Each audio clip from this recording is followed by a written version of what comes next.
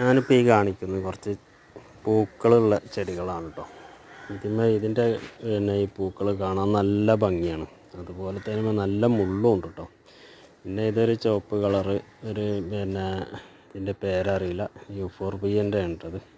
പിന്നെ നമ്മൾ വീട്ടിൽ ഒരുപാട് പൂക്കളുള്ള ചെടികളുണ്ട് കേട്ടോ. അപ്പോൾ ആ ചെടികളൊക്കെ നമ്മൾ നല്ല കെയറിങ്ങിലാണ് കേട്ടോ. ഇത് റോസ് ചെടിയാണ്, റോസ് ചെടികളും ഉണ്ട്, പിന്നെ ഇലച്ചെടികൾ അത് വേറെയുണ്ട് കേട്ടോ.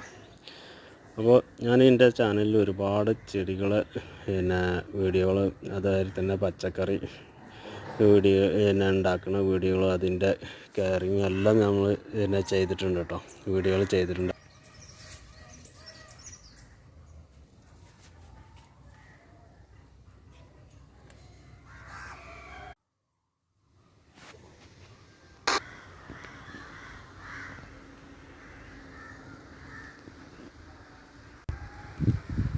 അടിയിലുള്ള ബെല്ലൈക്കനൊന്ന് അമർത്തിയിട്ടുണ്ടെങ്കിൽ ഞാൻ എല്ലാ വീഡിയോ നമുക്ക് നോട്ടിഫിക്കേഷനും കിട്ടും. ഒന്ന് ചാനലൊന്ന് കയറി ഒന്ന് കണ്ടു നോക്കിട്ടോ.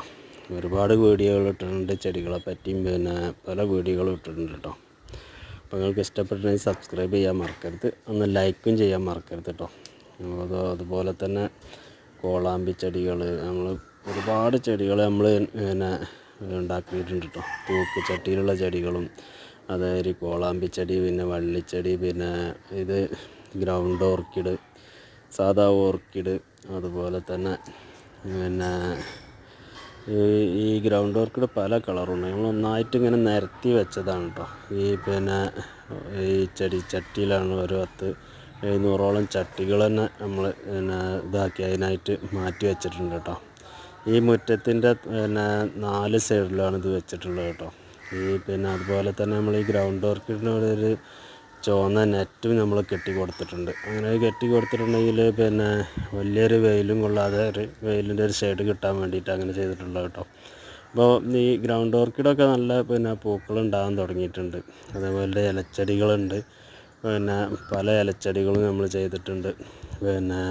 അതുപോലെ ഗ്രൗണ്ട് ഓർക്കിഡിൻ്റെ മാതിരി ഇലച്ചെടികൾ, അഡീനിയം, ബോഗൺവില്ല, റെഡ് പ്ലാന്റ്, അങ്ങനെ ഒരുപാട് ചെടികൾ നമ്മൾ ചെയ്തിട്ടുണ്ട് കേട്ടോ. അതേമാതിരി അഗ്ലോണിമ പല കളറും നമ്മളെടുത്തുണ്ട്. അങ്ങനെ നമ്മൾ ഒരുപാട് ചെടികൾ ചെയ്തിട്ടുണ്ട്. അപ്പോൾ ഈ ചെടികളൊക്കെ ഒന്ന് കാണണമെങ്കിൽ ഈ ചാനലൊന്ന് കയറി നോക്കി ഒന്ന് കണ്ടാൽ മതി കേട്ടോ. കണ്ടിട്ട് അതിൻ്റെ അഭിപ്രായം പറയാൻ മറക്കരുത് കേട്ടോ. അപ്പോൾ വീണ്ടും കാണാം.